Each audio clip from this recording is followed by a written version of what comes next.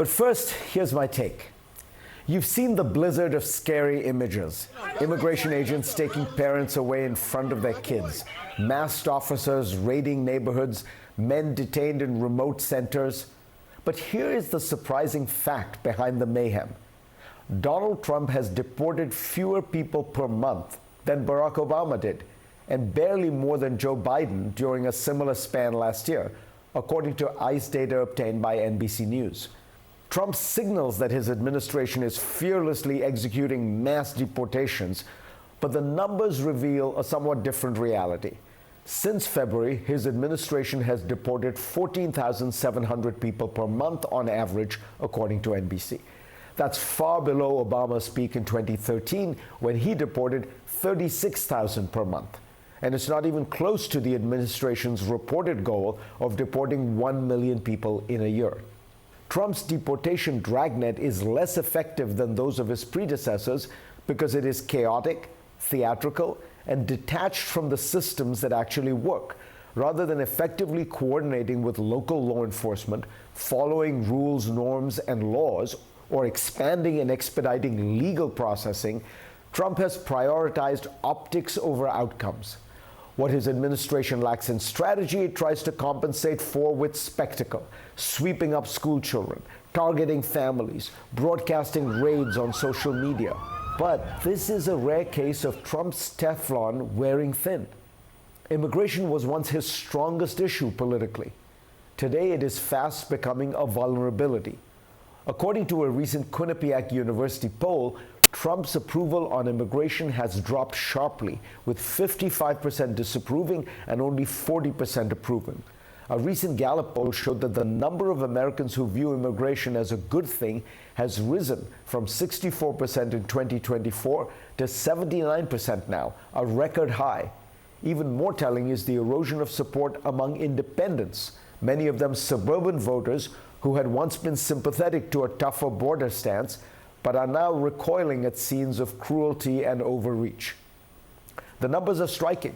Support for deporting all undocumented immigrants is now below 40%.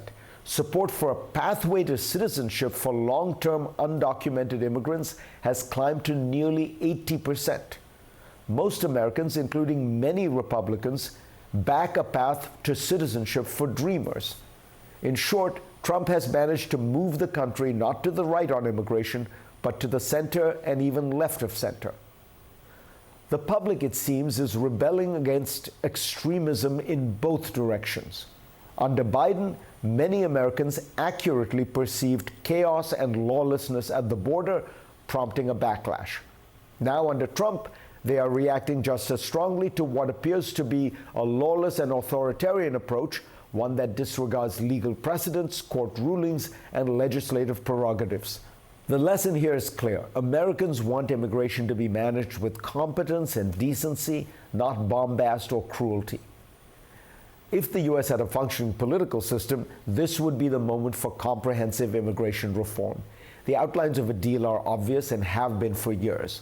First, the asylum system must be totally overhauled. It cannot remain open-ended and unmanageable.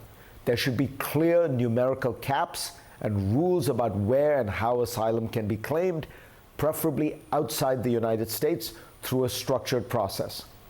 Second, those who have lived in the U.S. for years, paying taxes and raising families, should be given some path to legal status. Deporting them makes no economic or moral sense. And third, America needs to expand high-skilled immigration if it wants to remain at the cutting edge of technology and innovation.